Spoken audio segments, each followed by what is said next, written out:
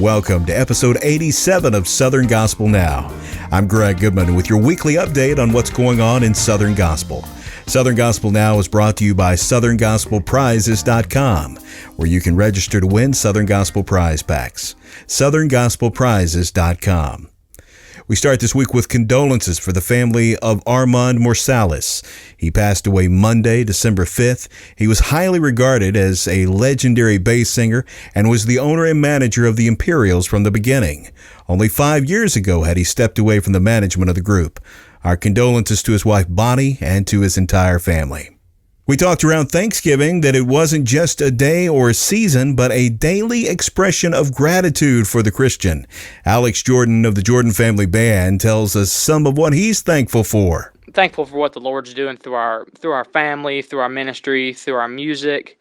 Thankful for what He's doing through my life. There's just so much to be thankful for this year. The current song from Karen, Peck, and New River is The Keepers. Grant Gibson says that the Southern Gospel audience has acted as keepers to the group over the years. When I think of this song, I can't help but think of so many of you that through the years have helped support the ministry of Karen, Peck, and New River and have come alongside us and encouraged us and really kept us going when through COVID and all of the things that we faced through Ricky with his cancer diagnosis and now healing. The list goes on and on and on. And I'm so thankful. You know, you may do something that in your eyes seems small. I can tell you this, in the eyes of God and the eyes of the kingdom, means so much. So keep on doing what you're doing. Keep on being a keeper. Legacy 5's Matt Fouch is involved in an event put on by the Tim Tebow Foundation. It's a night to celebrate people with special needs. It's called Night to Shine.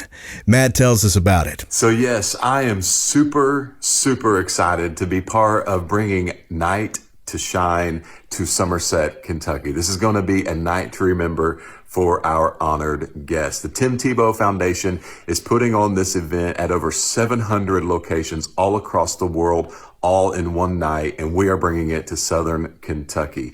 Now, it's going to take a lot to put this event together, and there's a lot of people already getting involved. We have a leadership team, me being one of the many people that are involved in that, but we want to invite you to be a part of helping us make this event something extremely special for our guests. So what you can do is you can go to oakhillbaptist.com/night to shine, and you can get all of the information on the event. The latest song from Authentic Unlimited is Little Eyes. Jerry Cole gives us a little insight into the song. The first song on the album is entitled Little Eyes, and it was written by a gentleman by the name of Steve Watts. It's an excellent tune. Loved it the first time I heard it. And it gives some really good instruction if we pay attention. Karen Chiton of the Chitans talks about the group's latest tune, God Like That. That was written by Mr. Rodney Griffin, an amazing songwriter, and we love it because it tells you who God really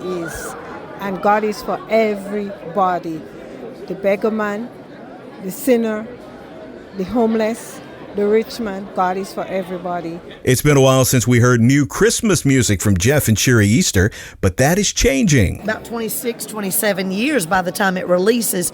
The entire album won't release until October of 2023, but we are releasing a single this Christmas. And Wayne Hahn did orchestration for us. And Paul Lancaster did some background voices, and me and Jeff and Morgan. So looking forward to getting it out there. Lots of new Christmas music is coming out. One of those projects is Appalachian Christmas from Chosen Road.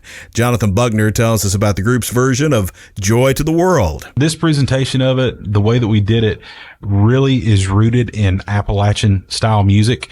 Listeners will hear, we actually break into an old traditional fiddle tune that actually originated over in Scotland and Ireland, probably in the 1700s at some point. And so we kind of intertwine that in with Joy to the World. And so there's some good playing on it. Just lyrically, Joy to the World kind of says it all. It's all about the King. Yeah. Last year, Darin and Rowsey put out a Christmas project called Season for Believing. He talks about the title cut of the project here. The word believe has been a big trademark at Christmas time for the last few years. You see it everywhere you go, and it seems like the world's idea of believing is in the fairy tale part of Christmas. And that's a great story for a child, and it feels good at Christmas time. But I think when people say believe at Christmas time, it's really good advice. But you can't put your belief or your faith in the wrong thing. Our belief is not in a fairy tale of Christmas. Our belief is in the Christ of Christmas, that baby that was born in a manger, everything that he accomplished, the King of Kings, the Lord of Lords. That's where we believe. This is the time of year that we really seem to focus on memories from the past. Brian Free shares some of his Christmas memories with us. My two brothers and myself were raised in a wonderful home with loving, godly parents. As far as material things, we had very little, but we had so much love in our home, and it didn't really matter from one Christmas to the next what was under the tree, what we got for gifts that year. It was just the fact that we were so close as a family. And I miss Mom and Dad. They both have gone on home to be with the Lord, but every Christmas, every holiday, of course, every day of the year, 365, I think of the legacy that both of those wonderful parents left behind with myself and my two brothers. Christmas always comes with those special decorations that are passed on from one generation to the next. Greater Vision's Rodney Griffin talks about one of those. I love all the decorations of Christmas, especially at my mom's house. And last year she gave me a very special gift that would mean nothing to anyone else.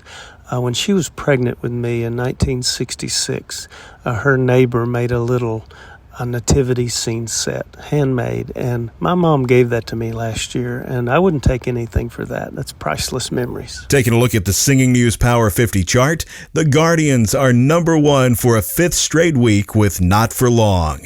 Well, that's it for this week. I'll be back with more Southern Gospel and Christmas content for you next week. If you missed episodes of Southern Gospel Now along the way, you can download them wherever you get podcasts or listen at southerngospelnow.com. I'm Greg Goodman, wishing you and yours the merriest Christmas season. Love your neighbor, and I'll see you next week.